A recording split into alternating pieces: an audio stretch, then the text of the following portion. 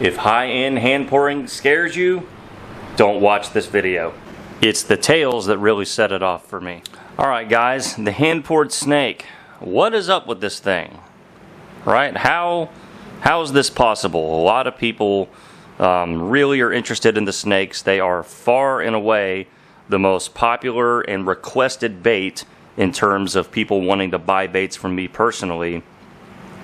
What's the secret to this, right? We did a video a few years ago called Conquering the Hand Poured Snake.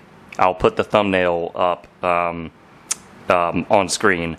And that video was a little mistitled. I had not conquered the hand poured snake because you never conquer it. I had merely unlocked a little bit of the secret. Okay, today's video again, all about the snakes. So, this has been a long journey for me to kind of figure out how I need to pour this and how to get the pattern and the color matching. The snake is a pretty hard worm to do, but today we're going to show you our updated process, and this is going to be a very in-depth techie tour de force hand pouring tutorial, and at the end of it you'll see how crazy I am for having done this, because it is a crazy effort. So without too much more babbling, let's just get right into it. Okay, voila, we're all done, just like that. Now, so what you can do is, whenever your molds just get really dirty and there's lots of little leftover plastic pieces on them and stuff stuck down into the cavities, just get some of your old remelt pucks or maybe some old junk plastic that you're not using and fill them up, and then let it sit. And basically you pull this whole thing out and that cleans off the mold. It works. Yep. So that just gets a lot of the gunk and stuff out of your mold cavities. Okay, so step one, like it so often is, preheat the molds, right?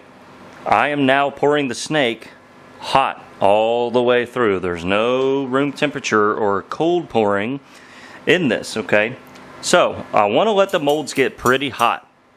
That is going to ensure that when we lay the pattern across the cavities, the plastic just flows in better. It creates a better looking pattern, and you get no cold cracks stacking your layers. This is a very advanced, very complicated pour, and all my rules of hand pouring apply. Temperature and timing is the key. And we are going to show you my most popular snake pattern, which is the juvenile copperhead. Right? It's got sort of that brown Hershey Kiss pattern with some black shading around each bar. You've got sort of that gray body and then the signature chartreuse tip right on the tails. That's what we're going to go for today. Alright, for our first layer we need a washed out brown. Okay, so we're going to start with brown. Alright, a little bit of dead on brown. It's a nice milk chocolate kind of brown, alright? But we need to dull this, right? That's very milk chocolate. We need it to be dulled. And the way that we can take a lot of that brown out and wash it out is to add some white, okay? Alright, so there's a few drops of white. Let's see where that gets us. Aha! Alright, we're kind of washing it out now a little bit. And the white will also serve to opaque it, alright? So we're going to keep washing our brown. Yeah, see that? See how different that is already? That is more in line with what we need. The key to these copperhead snake patterns is less is more when it comes to color saturation. We're trying to take our colors and then wash them out, right? So that they are not oversaturated. You know, we don't want our snake to look like he's made out of crayon. And one little trick that I've started doing is snake skin is often shiny and reflective. Well, what can we use as bait makers to sort of catch on to that effect? Well, pearl powders, of course, right? So there is some brown pearl powder. All right, this way we have that scaly, shiny reflectiveness to our layers, okay? All of this becomes really important when we're looking at the snake as a whole. Okay, the best I can, I'm going to show you the difference in how the plastic inlays on a piping hot mold and then a room temperature mold, okay? So we're just going to dip some of the plastic in, run it across, All right. So, look at how much cleaner this side is than that side, okay? We'll even do it again just for demonstration purposes, all right? We'll just go straight across. Ran out of plastic. Got to get some more plastic. Okay. Drizzled a little bit extra there. But as you can see, one side, our bars flatten themselves out, they even themselves out, they smooth themselves out, and that's the difference in how plastic flows thermally into a hot mold versus a cold mold. Now we're going to try to do an entire cavity for you, all right? And there's a couple of tricks that we have to keep in mind, all right? But we will go through those as we keep going. Again, little culinary drizzle spoon. Get these on Amazon, that's all you need. We're just dipping it in the plastic, all right? And we're running it across those cavities, just like that. And that essentially inlays the pattern that we want. Just like that. All right, now we're gonna go to the tails.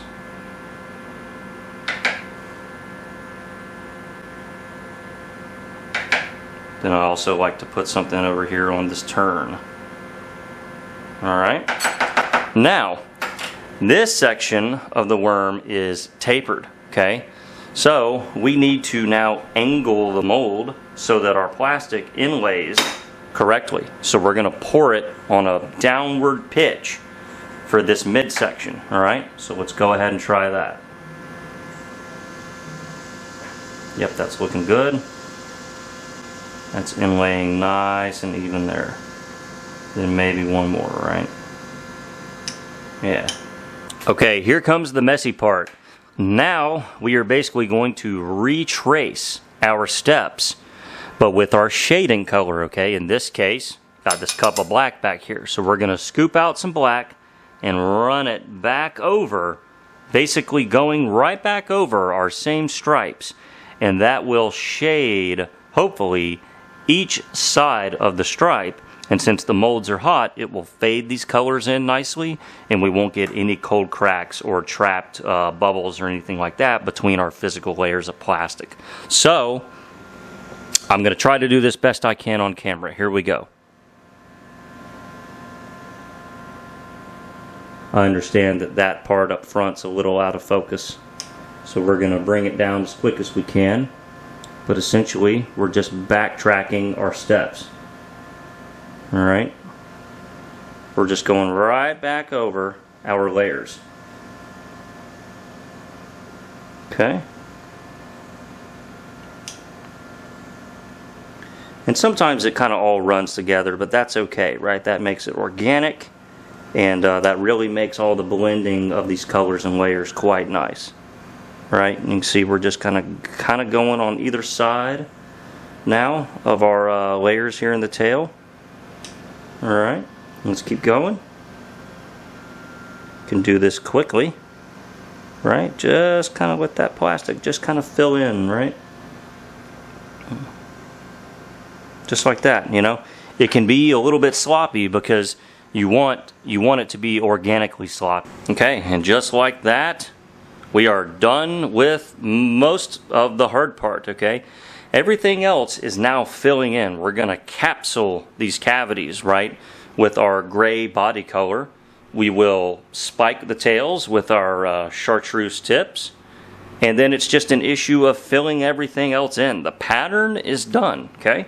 All of the hard inlaying and that pattern that you see is already in there. So now we're at a stopping point. I can turn off the hot plate, which I have, go inside, eat lunch, come back. But whenever I come back, I'm gonna wanna turn this on, let them get back to full pouring temp, 270 degrees, and then we can continue. Okay, now for the main body color and main tail color.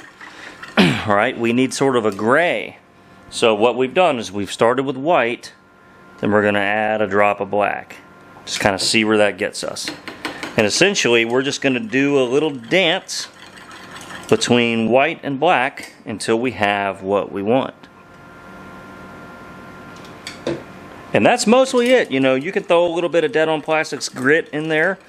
You can throw, you know, a little bit of brown if you just kind of want take the color a little bit more in that direction. Largely speaking though, it's just that right there. It is literally just a gray. And to give it a nice shimmery powder color, again, we want it to look like snake skin. We're going to throw in one of my favorite colors ever, Dead on Snow Shine. It's just a very shimmery pearl white.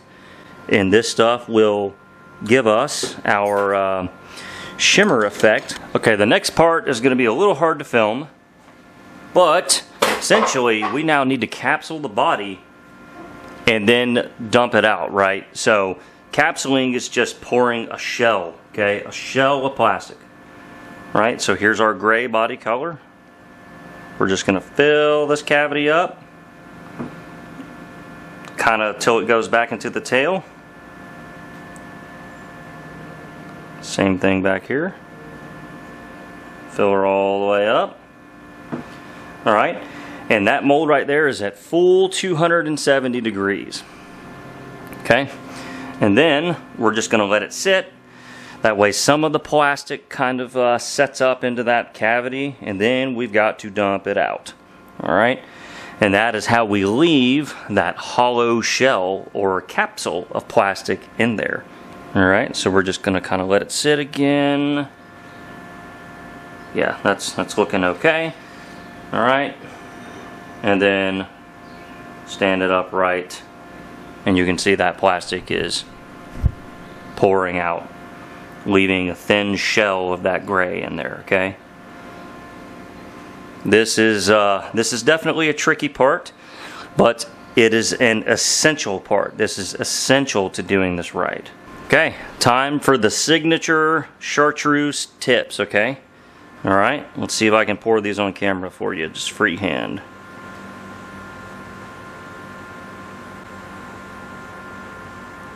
It's always hard to do this when the camera's right in your way.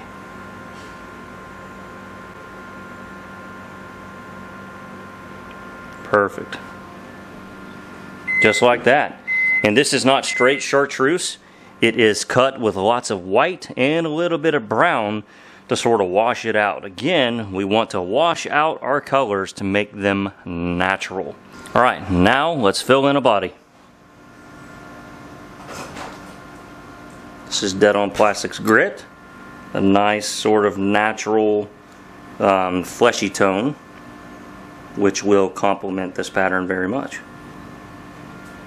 That's essentially how we're doing that. We'll pour the other one too. All right.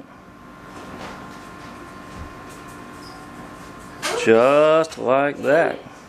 Finally, we have arrived at the last step, filling in the tails with our gray body color. All the way up. Just like that. Isn't this a nightmare, guys?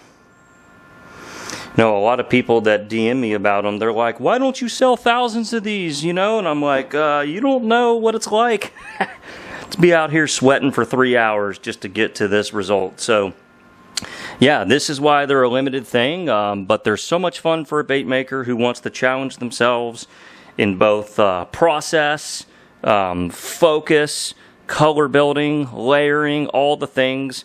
You know, we're putting a massive amount of effort into a worm, and that's what makes them special, is that you don't see this sort of thing often. So there it is. That is finally one completed 2-cavity mold.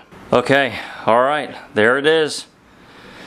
The pour is done, but we are nowhere near finished with these worms, because now we have to let them cool down and manually clean up every single edge of every single cavity before we can demold. So we still have a stupid amount of work to do. Alright, so now I'm going to show you what it takes to clean up just one of these. Piece by piece. We have to just sort of run our thumb along the edge while the mold is still relatively warm. Because when the mold is still a little bit warm, the plastic is a lot softer, and you can peel these edges a lot easier. Because we're using Dead on Plastic's Craw Tube Blend, which is a medium hard durometer. for these big, you know, kind of 10-inch ledge worms. And once that plastic like totally sets up and cures up, it's very hard to do this. So we want to do this while the plastic is still pretty malleable. Alright, still soft and warm, a little soft and gooey. Alright, just like when you take a cookie out of the oven or something, right? So that's what we want to do. You can see a lot of it just peels right off once you kind of crimp those edges down. But this is what it takes. Every single snake, there's no way around it. You know, there's no other way to get the physical layers of plastic into these cavities, into this sort of pattern. You have to pour across, which means you're going to have a lot of this left over. So it is what it is. It's a labor of love. Okay, here we go. Mold reveal for the juvenile copperhead snake worm. Here we go. Drum roll, please.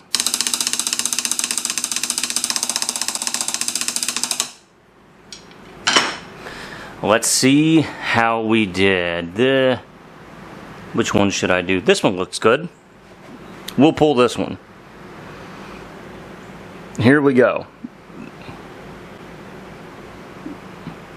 A little stubborn coming out of the mold there. Yeah. All right. Yeah, there's one. Here's two.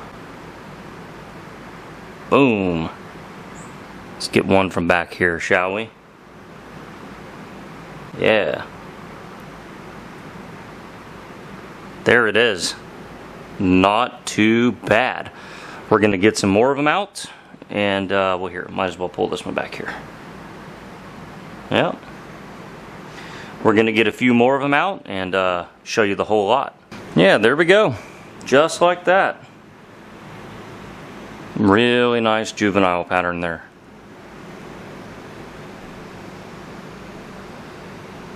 Yeah. It's the tails that really set it off for me. The tails absolutely make or break the pattern, and this is why I mostly do it in a ribbon tail worm mold, is because you get the two extremes, right? You get the body of the worm and then that just completely flat section of the tail. No other style of mold really kind of gives you that contrast of the pattern. So yeah, really nice there. Really nice.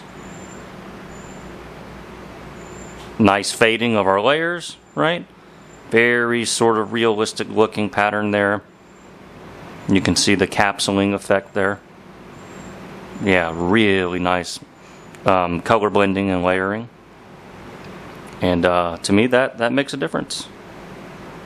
A big difference. There it is.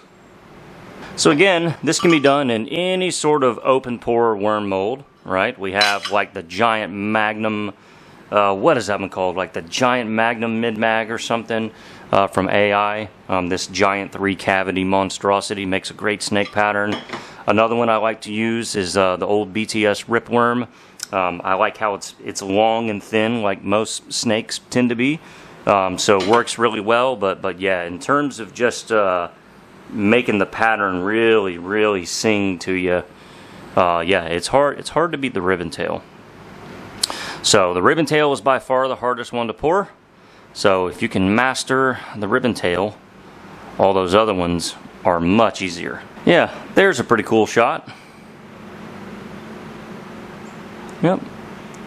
Both the snakes that I have right now. Really cool. I like the little orange head I put up in those. If you can kind of see that distinction there. But yeah, here are the ones from today. Looking good. They look a little dark on camera. They're not quite as dark in person as they're showing up. But yeah, really fun there. And again, you know, a lot of people have asked about the snake, and I figured it was time for a refresher video on just how ridiculous it is to do this. It is quite the fool's errand, you know, like some of the swim baits, right? You know, a lot of work goes into this, and you know, sometimes to what end, you know. why go to this trouble to do all these pouring techniques to get this when solid white pearl will catch a fish? You know, there's arguments on both sides of it. You know, some people just like to create. You like to push the boundary. You like to try to outdo yourself. And, you know, between stuff like this, you'll never run out of ways to challenge yourself. So that is the insanity of the hand-poured snake. All right, everyone. I hope y'all enjoyed that snapshot into the hand-poured snake. Sort of a refresher course again. We did one years ago. Which was a little bit simpler of an effect, but still amazing. I need to try that one again, matter of fact. But yeah, it's a lot of fun if you're a soft bait maker, just to try something that is you know, really out of all of our comfort zones. I may look like I'm comfortable with it. It's a struggle. It's a struggle. I have a reject set of snakes over there that didn't quite make the cut, so you never know when you're really going to nail it or not, and that's what kind of keeps us on our toes. But you know, the copperhead snake is fun. You can do any number of combinations of colors and really make them unique to yourself. You know, the first time I ever saw a hand-poured snake worm in soft plastic was by the great Jeff Peel. So you know, big shout out to someone like him who really showed us what was possible in a mold. You know, some of his snake worms, you know, kind of still leave me scratching my head a little bit. So, you know, I'm not going to stop experimenting with it. It's definitely something that I enjoy doing along with all the other baits. So, with that said, we're out of here. Thanks for sticking around. I'm sure this was sort of a long, intense video, but super cool, and definitely try them if you're up for the challenge.